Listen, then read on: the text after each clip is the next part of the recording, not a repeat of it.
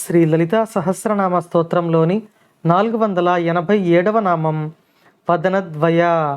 మంత్రస్వరూపంలో శ్రీ వదనద్వయాయై నమః.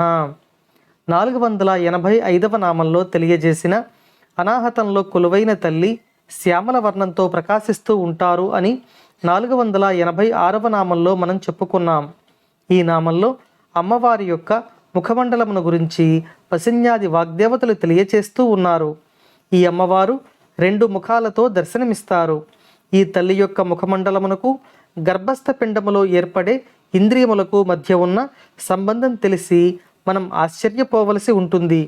ఈ నామాల యొక్క అర్థాలు అంత విశేషంగా ఉంటాయి. గర్భస్థ పిండం యొక్క 2వ నెల వయసులో ఉన్నప్పుడు రక్షించే దేవతగా ఈ నామాలలో కొలువై ఉన్న తల్లిని వసిన్యాది వాగ్దేవతలు తెలియచేస్తూ ఉన్నారు.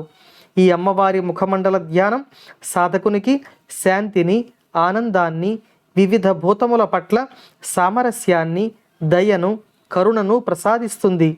ఈ తల్లి మనందరికీ శాంతిని ప్రసాదించాలని కోరుకుంటూ ఓం శ్రీమాత్రే నమః.